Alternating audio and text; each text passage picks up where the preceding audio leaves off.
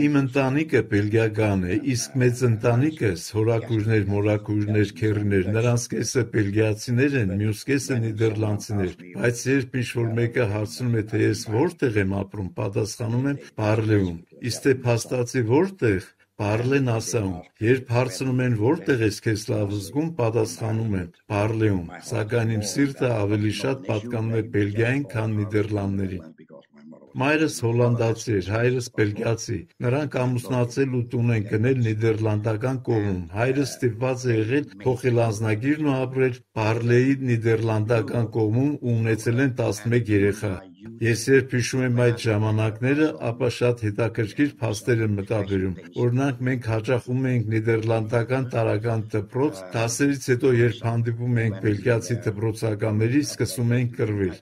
Ինչու ենք կռվում, հենց սա է հարցը, թե մենք ինչու ենք կռվում։ Ես կարծում եմ, որ այդ ամենը գալիս էր մեր ծնողներից։ Հայրս բելգիացի էր ու ինձ սխալ չհասկանաք, բայց օգտագործում էր առողջ ազգայնականություն հասկացությունը։ Բայց ազգայնականությունը երբեք չի կարող լինել առողջ։ Իրենց պատկերացումներով, եթե նայում ենք ֆուտբոլ ու դու երկրպագում ես A թիմին, իսկ ես B թիմին, հետևաբար մեր շահերը, մեր հետաքրքրությունները չեն կարող նույնը լինել։ Սա նրանք անվանում էին առողջ ազգայնականություն, սակայն ես այդքան էլ համաձայն չեմ։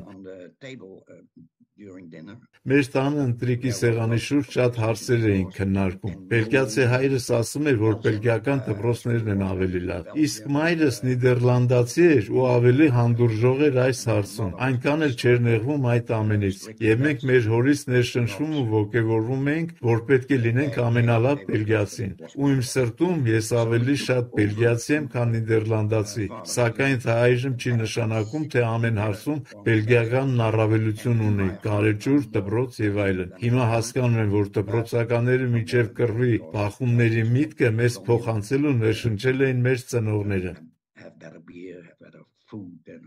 Խնդիրը լուծելու համար դպրոցի տնօրեններին առաջարկել էին 30 րոպե տարբերությամբ սկսել ու ավարտել դասաժամերը։ Նրանք այդպես էլ արեցին ու մենք դասերից հետո չէինք կարող իրար գտնել, որ կռվեինք ու աստիճանաբար մեր վեճերն ու կռիվները դադարեցին։ Սակայն սոցիալական կյանքում բախումները շարունակվում էին։ Երիտասարդական երկու ակումբները Վան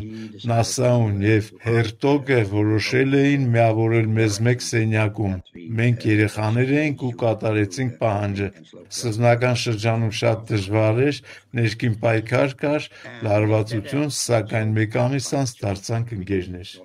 Զարմանալիորեն այնպես է ստացվել, որ հիմա բելգիական դպրոցում ավելի շատ նիդերլանդցիներ են սովորում, քան բելգիացիներ։ Նիդերլանդական դպրոցը լիբերալ է, իսկ բելգիականն ավելի խստապահանջ է, վարսավճարն էլ քիչ։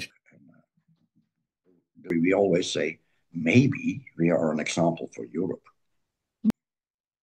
Մենք երբեմն ասում ենք, որ միգուցե մենք դարձանք Եվրոպայի համար օրինակ։ Հիմնական նպատակն այն է, որ քննարկենք ու գտնենք երկու կողմի համար լավագույն լուծումը։ Պետք է ժամանակ հատկացնել ու նստել սեղանի շուրջ, երկար քննարկել, հետո դատար տալ, մինչև հնչեն առաջարկներ, նորից քննարկել ու գնալ առաջ։